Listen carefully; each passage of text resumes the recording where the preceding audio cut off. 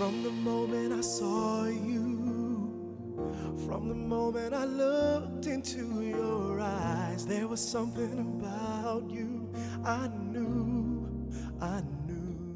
Our valedictorian will attend the University of Florida in the fall, where she will major in business and broadcasting. She is the president of First Priority and vice president of Mu Alpha Theta. She also stands out as a budding entrepreneur, being the owner-operator of a successful online clothing business on eBay. At this time, would the parents of Francheska de Jesus please stand?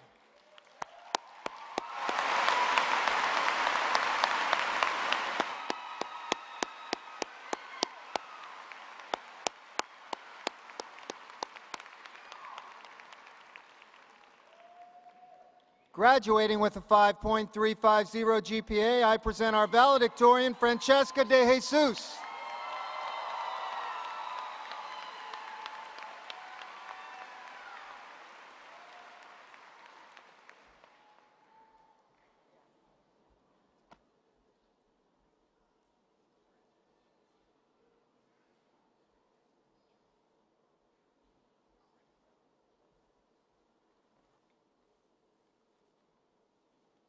I'd like to start off with a short story. A man was going off on an extended trip. He called his servants together and delegated responsibilities. To one, he gave 5 talents, and by the way, at that time, a talent was equivalent to about $1,000. To another, 2 talents. To a third, 1 talent, depending on their abilities. The first servant went to work and doubled his master's investment. The second did the same, but the man with a single talent dug a hole and carefully buried his master's money. After a long absence, the master settled up with the servants. The one given 5 talents showed how he had doubled his investment. His master commended him. "Well done, good and faithful servant. You have been faithful over a few things. I will make you ruler over many things." The servant with the 2 talents showed how he had also doubled his master's investment. His master commended him. "Well done, good and faithful servant. You have been faithful over a few things. I will make you ruler over many things." The servant given 1 talent said, "Master, I know you have high standards and hate careless ways, that you demand the best and make no allowances for error. I was afraid I might disappoint you, so I found a good hiding place and secured your money. Here it is, safe and sound to the last cent." The master was furious. That's a terrible way to live. You may know this parable from the book of Matthew, but it is applicable to our lives as a high school graduate. I was a little girl who could barely speak English.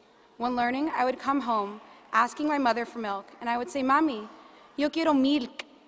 My elementary teachers considered holding me back because I was a horrible test taker and had a speech impediment. Looking back, no one would have expected me to be valedictorian. But by pushing myself into harder classes where I was challenged, it allowed me to use my talent in a way that I never thought conceivable. Whether we slacked off in high school or did the very best, whether you're staying locally or going away from home, the question we must ask ourselves is, what are we doing with the God-given talents that we are given? Are we burying our talents into the ground? For those who are brilliant, are you only doing the minimum to get by? For those who think they are dumb, are you allowing someone else's opinion of you to keep you from excelling? For those who are given much, are you using your resources to waste away? For those who have struggled, are you using your past as an excuse for why you can't accomplish more? We can't allow our fears to hinder us from utilizing our talents. We have each been given different talents based on our abilities, and we have the opportunity to use them in extraordinary ways. In the words of a wise woman, it is better to be someone with limited talent who exceeds their gifts than someone with a deep well of talent who squanders them away. Class of 2013, let's use those talents we have been given to make our family, friends, and teachers proud. Thank you.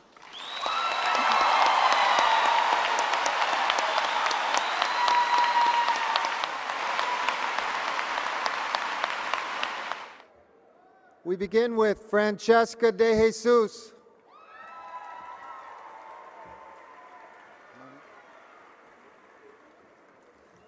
Catherine Whiting.